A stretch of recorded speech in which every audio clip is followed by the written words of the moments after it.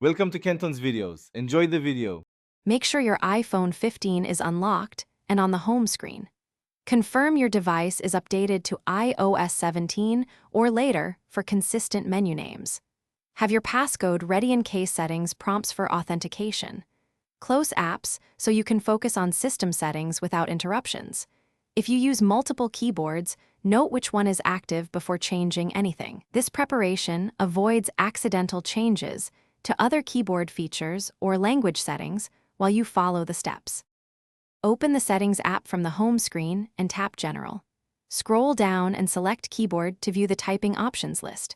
Locate the autocorrection switch labeled clearly at the top of the list. Tap the switch once to toggle autocorrection off immediately. You will see the switch move from green to gray when disabled. Autocorrection will stop changing your typed words to suggested words automatically across apps. After disabling autocorrection, review predictive and check spelling settings in the same keyboard menu. Toggle predictive off to remove the suggestion bar above the keyboard while typing.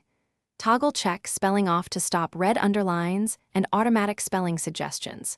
If you use multiple keyboards, tap keyboards and remove any you do not need. Restart an app like Messages to test typing behavior and confirm the change. Thanks for watching. Consider subscribing if we helped you.